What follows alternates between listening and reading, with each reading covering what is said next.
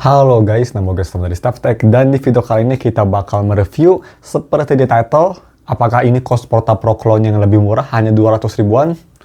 Yap, ini dia si Vio, sub-brandnya si Snow Sky, yang namanya tuh Snow Sky Wind. Owner brandnya Vio, bisa kita lihat boxnya seperti ini, kayak box kayak box mainan ya, sangat fun gitu boxnya. Dan gue sih estetiknya sendiri suka karena dia memang plek-plek hampir kayak gabungan KPH sama Porta Pro series ya, kalau bisa kalian tahu dari si Cos headphone-nya. Nah, pertama kita sebelum masuk ke musiknya yang nanti kita bakal bahas terakhir, gue mau bahas pertama dari si build dan comfortnya.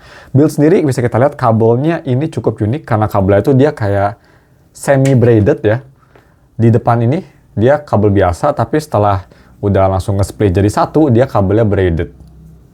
Untuk jack sendiri dia yang pastinya triple karena dia ada mikrofon dan ada volume atau music control nih di sininya. Tadi dulu kegelibet. Nah, di sininya nih belakangnya mic. Seperti itu. Dan untuk build quality-nya sendiri dia full terbuat dari plastik kecuali headband-nya. Dan juga suka ini headband-nya sendiri dia nggak kayak di Cos Porta Pro yang ada dua metal. Jadi karena suka kejepit rambut kita di sini nggak ada karena dia kontrolnya sendiri step-nya itu kayak headphone biasa ya, tinggal diginin aja. Gini naik turunin. Dan ini suaranya lumayan tactile, ada ceklek-cekleknya, jadi nggak yang kayak headphone murahan langsung brek-brek. Ini ada step-nya, jadi kalian bisa tahu, bisa ngitung berapa kali kalian step-nya untuk ngatur ke kepala kalian. Cuma memang nggak ada dot-dotnya ya, cuma full kayak gini aja. Build kerasnya sendiri cukup kokoh dan dia clapping force-nya pretty much nggak ada, sangat nyaman banget di kepala. Jadi ya, comfort-nya bagaimana? Untuk comfort, gue pakai di kepala, ini sangat comfortable. Kalau misal gue merem terus dikasih ini ngingetin gue banget sama Cos Porta Pro. Tapi clamping force-nya nggak separah Cos Porta Pro ya. Jadi ini kayak KPH45 clamping force-nya. Kayak gitu tuh, ngingetin gue sama headphone tersebut. Karena memang ini sih bisa dibilang kayak versi Cina-nya Cos Porta Pro ya, kayak direct copy-nya gitu. Mirip banget, cuma bikin beda memang drivernya dia bukan 35 mm ya kalau nggak salah, ini 40 mm di sini. Jadi lebih besar. Dan comfort menurut gue bagus, nggak ada masalah. Terus bagaimana untuk si sound quality sendiri. Jadi setupnya dulu gue pakai apa? Gue colokin ke Vio K5 Pro gue. Itu deck yang lumayan lama. Dan sound quality-nya gue bisa bilang, apakah mirip Cos Porta Pro? Itu mungkin yang kalian ingin penasaran tahu ya. Jawabannya enggak. Tapi ada yang mirip ya. Oke, kita bahas dulu dari segi overall suara. Overall suara ini memang kayak versi super bright-nya Cos Porta Pro. Ya, Porta Pro kan fun banget ya. Warm, fun, enak didengar, semua lagu masuk. Ini versi super bright-nya, bisa dibilang gitu.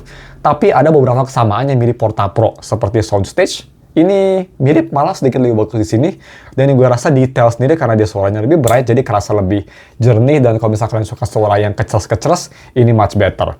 Cuma memang di beberapa aspek untuk kuping gue, kayak misal untuk sibilance-nya itu agak sedikit shouty untuk lagu-lagu cewek. Kayak gue coba ngedengerin lagu-lagu cewek, kayak misal lagu-lagu JKT atau lagu-lagunya YOASOBI gitu ya. Agak sedikit shouty, tapi masih oke sih, dan setelah beberapa menit listening, kupingnya bakal nge-adjust sendiri. Jadi ini shouty-nya nggak kayak di IM, masih bearable. Dan dibanding sama Cos Porta Pro, bassnya bagaimana? Bassnya sendiri gue bisa bilang di sini bassnya ada, tapi bener-bener sangat minim ya. Bassnya tuh kalau butuh aja, kalau misalnya ada dentuman, baru itu kerasa, dan itu sangat tipis juga bassnya. Jadi nggak boom, cuma bup, bup gitu doang. Sangat fast, nggak powerful banget. Jadi ya, bisa dibilang ini flat lah ya, nggak flat banget, tapi bassnya tuh minim sekali gue bisa bilang. Terus kira-kira apa yang bikin ini bagus atau hal positif dari ini? Menurut gue sih dari si detailnya sendiri. Detailnya ini menurut gue cukup impresif, terutama buat kalian yang mau pakai headphone ini buat analytical, karena ini kan open back juga, sama kayak Cos Porta Pro ini open back. Buat analytical ini menurut gue sangat bagus banget, karena suaranya bener-bener jernih, kecas-kecas banget, dan sangat analytical ya menurut gue sih gitu. Terutama pas gue dari lagu-lagu Jepang yang suaranya cewek itu agak sedikit shouty, tapi instrumen lainnya tuh benar-benar kedengeran jelas banget. Dan awal-awal kelihatan kayak cempreng, tapi ternyata ini dia gara-gara bright aja jadi kerasa cempreng. Overall sih suaranya gue bisa bilang unik ya. Apakah gue suka? Sebenarnya sih gue lebih suka suaranya yang agak sedikit warm, kayak headphone Cos Porta Pro itu gue lebih suka. Jadi gue sebenarnya kurang suka sama sound signature ini. Tapi gue bisa nge-appreciate hal-hal yang dia ada, apalagi dia harganya hanya 200 ribu. Suaranya tuh menurut gue untuk harga 200 ribu, approach-nya memang beda ya. Biasanya kan harga 200 ribu tuh headphone tuh suaranya lebih ke arah bassy, V-shape banget, treble-nya absolutely minim, medium vokalnya, di muka kalian gitu. Biasanya gitu kan, V-shape banget gitu. Bener-bener mendelep kayak ngedengerin di bawah bantal tidur.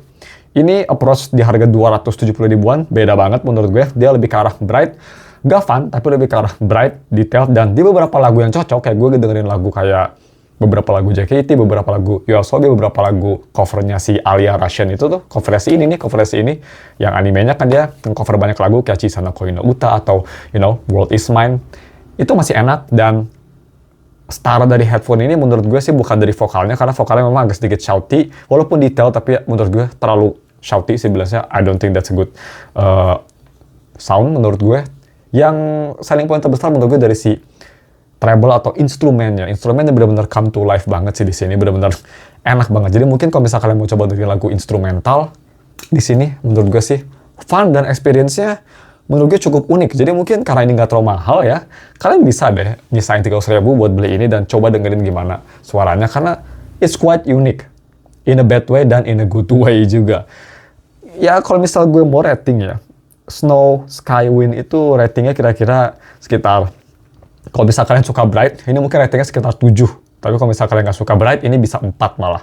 Se-different itu.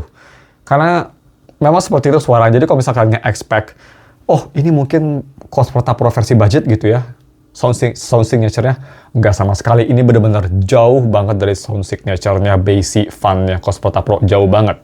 Ini lebih ke bright, everything is bright, dan seperti itu. Kalau similar earphone atau similar headphone yang pernah gue denger sih, nggak ada yang suara kayak gini, yang se-bright ini nggak ada sih. Tapi yang bikin unik juga, walaupun bright, tapi nggak shouting itu sampai parah. Jadi, nggak cuma untuk dengerin lagu, gue coba tes untuk main game, masih oke. Walaupun ada suara gun, suara senjata kadang sedikit terlalu nusuk, tapi oke. Dan yang gue lumayan surprise juga, dengerin konten YouTube, kayak misal gue dengerin lagu-lagu, atau YouTuber-YouTuber yang suaranya agak berat, itu masih enak, dan overall gak ada masalah untuk nonton YouTube pakai headphone ini, masih enak. Dan selling point terbesar yaitu dari detail dan soundstage-nya yang cukup impresif dari harganya 271. Itu sih menurut gue yang bagus dari si Snow Skywind ini. Jadi ya, ini sebenarnya hanya review singkat aja, bisa kita lihat hanya 7 menit, dan ini juga gue nggak ada editing, nggak ada soundtrack juga. Kalau misalnya kalian lebih suka suara atau review headphone kayak gini, bisa komen di bawah. Jadi apakah gue rekomen Snow Skywind? Konklusinya, gue rekomen buat para bright user dan kalian suka atau kuat kupingnya dengerin yang bright kayak gini. Buat yang suka earphone atau headphone bright, kalian coba deh ini, karena lumayan spesial detailnya menurut gue. Tapi buat kalian yang mikir ini seperti Cosmota Pro, atau kalian bass head, atau kalian suka suara yang lebih balance, kayak misal suaranya di Truth Ear Zero, atau suaranya di Tangzu, atau suara di Cosmota Pro, kayak PH gitu ya. Ini sih nggak rekomen karena memang beda banget sound signature-nya. Atau kalau misal kalian penasaran, bisa coba juga, mungkin di beberapa toko audio kalian bisa ada demonya, coba dulu aja. Jadi ya, mungkin cuma segitu itu video reviewnya, udah 8 menit. Kalau misalkan kalian punya pertanyaan, bisa komen di bawah, gue bakal coba balas. Thanks for watching, dan ketemu lagi, nggak tahu kapan buat nge-review audio lagi. Gue sih ini sebenarnya impulse buying ya, soalnya kaget aja tiba-tiba ada headphone baru yang mirip Cosmota Pro. Tapi ya, menurut gue Cosmota Pro masih unbeatable legend. Bye.